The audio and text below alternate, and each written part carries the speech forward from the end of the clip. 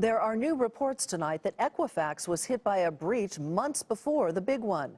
The first breach reportedly happened in March, but Equifax told Bloomberg News that the intrusion was not related to the one in late July, which compromised the personal information of 143 million users.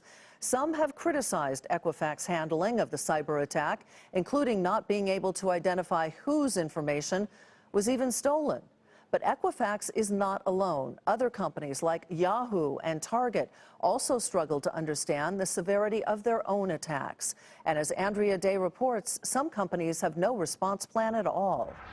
If we look at most of the major breaches that have made it in the news, the bungled response actually causes more damage to the company's brand and reputation than the breach did itself. The full damage to Equifax? Only time will tell. But if you think most businesses are ready for a hit, think again. Over 75% of organizations throughout the world actually don't have incident response plans in place. That reality creating a business opportunity for firms like IBM Security, now helping companies with challenges like navigating a slew of laws.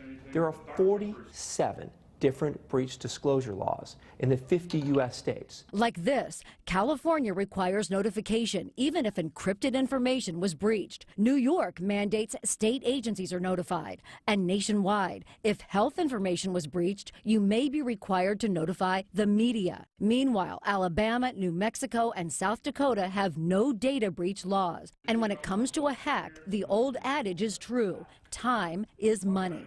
If organizations can respond and contain a breach within 30 days or less, they tend to save $1 million over those organizations that don't. Even internet companies are not immune. Yahoo lost $350 million on its merger with Verizon after breaches that took years to fix were revealed. IBM Security offers incident response training services in a multi-million-dollar facility called the Cyber Range. It's an area where companies can come in and actually practice a breach and the response to that breach on a fictitious company. Cybersecurity and the protection of our client information and client funds is the lifeblood of this company. The payroll and human resources company ADP recently put their C-level execs through IBM's high-tech boot camp.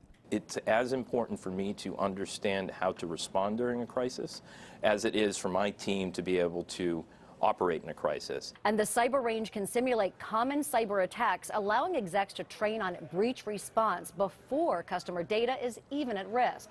Since cyber criminals' tactics are constantly changing, the boot camp also evolves to include new attacks. For Nightly Business Report, I'm Andrea.